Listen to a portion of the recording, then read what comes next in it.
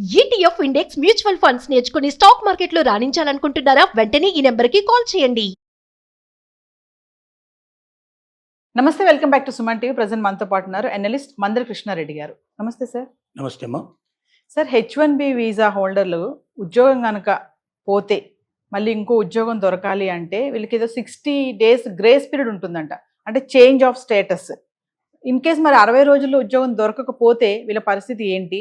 మరి 60 రోజుల్లో జాబ్ దొరకాలి అంటే వీళ్ళు ఏం చేయాలి అంటే ఒకసారి డీటెయిల్గా. ట్రంప్ తీసుకున్న కొత్త విధానంలో H1B వీసాదారులు వాళ్ళ ఉద్యోగం ఏ రోజైతే పోతుందో last day of the job, అక్కడ నుంచి 60 రోజుల లోపల వాళ్ళకి కొత్త ఉద్యోగం రాకపోయినా ఏదో వీసా లోపల వాళ్ళు అక్కడ సెటిల్ కాలేకపోతే 60 రోజున వాళ్ళు వెళ్ళిపోయి తీరాల్సి ఉంటుంది. వెళ్ళకపోతే వాళ్ళని అక్రమ వలసదారులుగా గుర్తిస్తారు. అంటే బలవంతంగా దేశం నుంచి పంపించడానికి పూర్తి రైట్స్ ఉంటాయి. దాని మీద డిపార్ట్మెంట్ ఆల్రెడీ వర్క్ మొదలు పెడుతుంది.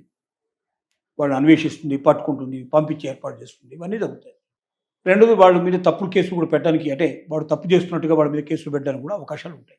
ఈ పరిస్థితుల్లో ఎవరికైనా H1B వీసా క్యాన్సిల్ అయింది, వాళ్ళ జాబ్ ఆ రోజుతోటి లాస్ట్ డే అయిపోయింది, అక్కడ నుంచి 60 రోజుల్లో ఏం చేయాలి? 60 రోజుల్లో ఉద్యోగం రావాలి అంటే ఏం చేయాలి? ఉద్యోగం అని కాదు, అమెరికాలో ఉండాలంటే ఏం చేయాలి? ఉద్యోగం వచ్చినా రాకపోయినా అమెరికాలో ఉండడానికి అవకాశాలు ఉన్నాయి. అలా ఆల్టర్నేటివ్ సిస్టమ్ తయారు చేసుకోకపోతే 60 రోజుకి వాళ్ళ పని అయిపోతుంది. ఆ తర్వాత ప్రయత్నించినా లాభం లేని పరిస్థితి ఏర్పడుతుంది.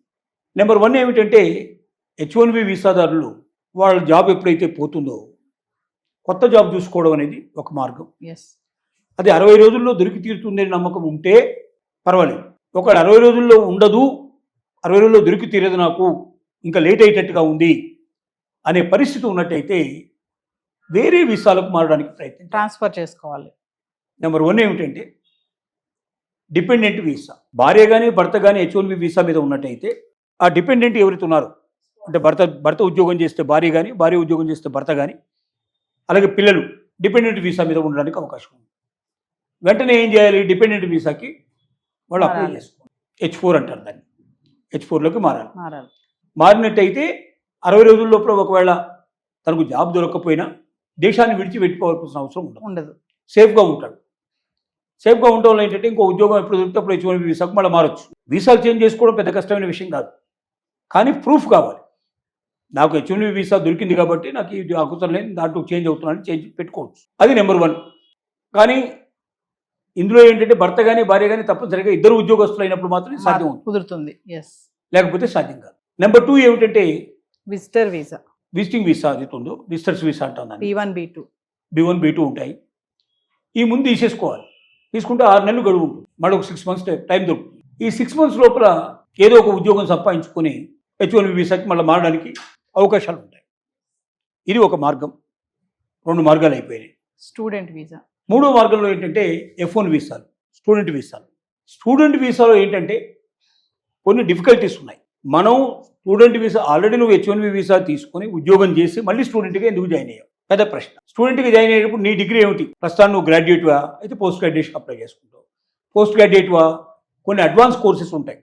పోస్ట్ గ్రాడ్యుయేట్ చేసిన తర్వాత కూడా, మనం మాస్టర్ చేసిన తర్వాత కూడా ఇవాళ అనేక రకాల ఏఐకి సంబంధించింది కానీ, లేకపోతే మరొక రకమైన టూల్స్ కానీ, ఇంకో కానీ ఎన్నో నేర్చుకోవాల్సిన అవసరం ఉంది. అది అడ్వాన్స్ కోర్సెస్ అంటాం. అడ్వాన్స్ కోర్సుకు అప్లై చేసుకో. ఈ అప్లై చేసుకున్న తర్వాత వాళ్ళు ఇంటర్వ్యూకి పిలుస్తారు. ఈ ఇంటర్వ్యూలో వాళ్ళు అడిగే ప్రశ్న ఏమిటంటే, నువ్వు జాబ్ చేసిందేమో ఒక దగ్గర, నువ్వు ఇప్పుడు స్థిరంగా నీవు ఉన్నటువంటి రెసిడెన్స్ ఒక స్టేట్లో ఉంది, ఇంకో స్టేట్లో కానీ ఇంకో సిటీలో కానీ నీకు స్టూడెంట్ వీసాకు అప్లై చేసుకున్నావు. ఇక్కడ అక్కడే దొరికే అవకాశం ఉంటుంది కాబట్టి ఎక్కడ ఛాన్స్ ఉంటే అక్కడ వెళ్తాం. అలా అప్లై చేసుకున్నప్పుడు వేరే చోట అక్కడ నీకు ఉండటానికి నివాసం ఉన్నట్టుగా ముందుగా ప్రూఫ్ చేసుకోవాలి. అంటే మీ ఫ్రెండ్స్ కానీ, బంధువులు కానీ, లేదంటే ఏదైనా లీజ్ అగ్రిమెంట్ కానీ క్రియేట్ చేసుకొని సిద్ధంగా ఉండాలి. రెండోది, నువ్వెందుకు మారుతున్నావు అనే దానికి క్లారిటీ ఇవ్వాలి. అంటే నాకు ఈ అడ్వాన్స్ కోర్సెస్ నేర్చుకోవాలనుకుంటున్నాను, నేను ఇండియాకి వెళ్ళిపోవాలనుకుంటున్నాను, మరి తిరిగి అదే దేశంలో ఉంటానంటే నీకు స్టూడెంట్ వీసా ఇవ్వరు. ఎందుకంటే ఆ స్టూడెంట్ వీసా వేరు, మళ్ళీ ఈ స్టూడెంట్ వీసా వేరు. నువ్వు డైరెక్ట్గా ఒక దేశం నుంచి అమెరికాకు స్టూడెంట్ వీసా మీద పోవడం అనేది ఒక పద్ధతి. దానికి టైం ఉంటుంది, పీరియడ్ ఉంటుంది, దానికి అంత పద్ధతులు ఉంటాయి. కానీ ఇక్కడ ఏంటి, నువ్వు ఆల్రెడీ H1B వీసా తీసుకుని కొంతకాలం ఉద్యోగం చేసి ఇక్కడ నువ్వు రెసిడెంట్ అయి ఉండి, ఇక్కడ ఏదో ఒక దగ్గర ఉండి నివాసం ఉన్నావు, ఇవన్నీ చేసుకొని మళ్ళీ నువ్వేం చేస్తున్నావు? H1B వీసా అయిపోయింది కాబట్టి నువ్వు స్టూడెంట్ వీసా కింద తీసుకోవడానికి ప్రయత్నం చేస్తున్నావు. కాబట్టి ప్రూవ్ చేసుకోవాల్సిన విషయాలు చాలా ఉంటాయి. నేను ఈ స్టూడెంట్ వీసా అయిపోయిన తర్వాత, అంటే నా ఎడ్యుకేషన్ అయిపోయిన తర్వాత అడ్వాన్స్ కోర్స్ కానీ, గ్రాడ్యుయేట్ అయితే పోస్ట్ గ్రాడ్యుయేట్ కానీ, పోస్ట్ గ్రాడ్యుయేట్ అయితే అడ్వాన్స్ కోర్స్ కానీ, ఏదో ఒక అడ్వాన్స్ కోర్సులో చేరి ఆ అడ్వాన్స్ కోర్సు పూర్తయిన తర్వాత నేను ఇండియాకి వెళ్ళిపోతాను అని చెప్పడానికి కూడా నీ దగ్గర ఇండియాలో నాకు ఆల్రెడీ నాకు స్థిర నివాసం ఉంది, నాకు కావాల్సినంత ఇన్కమ్ ఉంది అక్కడ, లేదా అక్కడ నాకు జాబ్ సోర్సెస్ ఉన్నాయి, నేను ఇక్కడ అమెరికాలో డిపెండ్ అవ్వాల్సిన అవసరం నాకు లేదు అని రుజువు చేసుకోవాలి. ఆ రుజువు చేసుకోవాల్సిన కావాల్సినటువంటి డాక్యుమెంట్స్ అన్నింటినీ సిద్ధం చేసుకోవాలి. నువ్వు అది నిజమా, వాస్తవమా, తప్ప, ఫేక్ డాక్యుమెంట్స్ క్రియేట్ చేసుకుంటావు, ఏం చేసుకుంటావు, అది వేరే విషయం. కానీ నమ్మదగినటువంటి, నమ్మబలికినటువంటి అమెరికాను అక్కడ నీకు వీసా మంజూరు చేసే వాళ్ళు ఎవరుతున్నారో వాళ్ళు నమ్మేటట్టుగా ఉండాలి. నీకు ఇక్కడ కొత్త ప్లేస్లు ఎక్కడైతే నువ్వు చదువుకోదలుచుకున్నావో అక్కడ నీకు స్థిర నివాసం ఉన్నట్టుగా చూపించాలి, డాక్యుమెంట్ కావాలి. రెండోది, నువ్వు తిరిగి ఇది అయిపోగానే ఇండియాకి వెళ్ళిపోతావని చెప్పే నమ్మకాన్ని కలిగించేటువంటి డాక్యుమెంట్స్ ఉండాలి. ఇవి ఉన్నట్టయితే ఆ కోర్సు లోపల F1 వీసా దొరికేది ఒక అవకాశాలు ఉన్నాయి. F1 వీసా దొరికితే ఏమవుతుందంటే కంటిన్యూ చేయొచ్చు, ఒక 6 months 1 year నువ్వు డాగాన్ చేయడానికి అవకాశం ఉంది. ఈ లోపల H1B వీసా దొరికితే ఆ వీసా వదిలేసుకొని ఈ వీసాకి మళ్ళీ షిఫ్ట్ అయిపోవచ్చు, పాసిబిలిటీస్ ఉన్నాయి. ఇది ఇక్కడ ఉన్నటువంటి అవకాశం. ట్రావెల్ రెస్ట్రిక్షన్, ట్రావెల్ బేస్లో ఆల్రెడీ మనం అదే ట్రావెల్ అంటే ట్రావెల్ వీసా నువ్వు తీసుకున్నట్టయితే కొంతకాలం దాని మీద కంటిన్యూ చేయడానికి పాసిబిలిటీస్ ఉన్నాయి. ఈ లోపల ఏదైనా ఒక ఉద్యోగం దొరుకుని అందుకు షిఫ్ట్ అయిన తర్వాత దీంట్లోకి రావడం. సో ఇలాంటి అవకాశాలన్నీ ఉన్నాయి.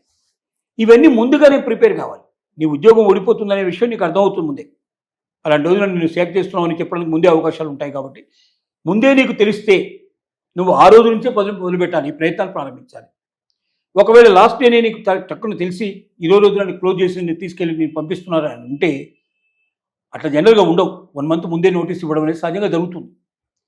కాబట్టి నువ్వు ముందుగా ప్రిపేర్ అయ్యి దీంట్లో ఏదో ఒక దాంట్లోకి నువ్వు షిఫ్ట్ అవ్వడానికి సిద్ధపడకపోయినట్టయితే నీకు 60 days అయిపోగానే ఆటోమేటిక్గా నువ్వు ఎలిజిబిలిటీ కావు, అమెరికాలో ఉండడానికి నీకు అర్హత కోల్పోతావు. వెంటనే నీ మీద అన్వేషణ ప్రారంభమవుతుంది. నేను వెతికి పట్టుకొని నేను దేశానికి నుంచి ఆ దేశం పంపించేట్టు ప్రయత్నాలు చేస్తాను. మరి ఇన్ కేసు ఒకవేళ దొరకకపోతే వచ్చే పరిణామాలు ఏంటి సార్? 60 రోజులు దొరకకపోతే? 60 రోజులు దొరకకపోతే నువ్వు తప్పనిసరిగా ఇండియాకి వెళ్ళిపోవాల్సింది, నీ దేశాన్ని నువ్వు వెళ్ళిపోవాల్సింది. ఇంకోటి ఆ తర్వాత నువ్వు ఈ ప్రయత్నాలు చేసిన ఏ వీసా నీకు దొరకదు. ఇక నువ్వు 60 days అయిపోయిన తర్వాత F1 వీసాకి అప్లై చేయడానికి లేదు, లేకపోతే డిపెండెంట్ వీసాకి అప్లై చేయడానికి దేనికి ఇంకా నీకు అవకాశం ఉంది, ఎలిజిబిలిటీ ఉండదు. ఒకసారి ఆ 60 days లోపలే నువ్వు ఏది తీసుకున్నా చేయాలి. కాబట్టి ప్రతిరోజు కౌంట్ చేసుకోవాల్సిందే, జాగ్రత్తగా చెక్ చేయాల్సిందే, తప్పనిసరిగా ఇందులో ఏదో ఒకటి సంపాదించుకోవాల్సిందే. నువ్వు అమెరికాలో కంటిన్యూ చేయాలనుకుంటే, ఇండియాకి వెళ్ళిపోవాలనుకుంటే ప్రాబ్లం లేదు, 60 రోజులు వెయిట్ చేయాల్సిన అవసరం కూడా లేదు, నువ్వు ఈ లోపల వెళ్ళిపోవచ్చు, పాసిబిలిటీస్ ఉన్నాయి. కాబట్టి ప్రతి ఒక్క అమెరికాలో ఇవాళ స్థిరపడ్డ వ్యక్తులు H1B వీసా మీద ఉన్నవాళ్ళు ముఖ్యంగా ఆ వీసా కోల్పోగానే, అంటే వీసా కోల్పోవడం అంటే దాని ముందు 60 రోజుల ముందు నీకు అవకాశం ఇస్తున్నారు. కాబట్టి ఈ 60 రోజుల లోపల నువ్వు ఏదో ఒక దానికి మనం చెప్పిన దాంట్లో షిఫ్ట్ అయిపోతే తప్ప అతను అక్కడ కంటిన్యూ చేయడానికి వీలుండదు. బలవంతంగా అతన్ని అమెరికా నుంచి మెడబట్టి బయటికి గెంటేసే అవకాశాలు ఉంటాయి. ఇది దృష్టిలో పెట్టుకోవాలి. Thank you.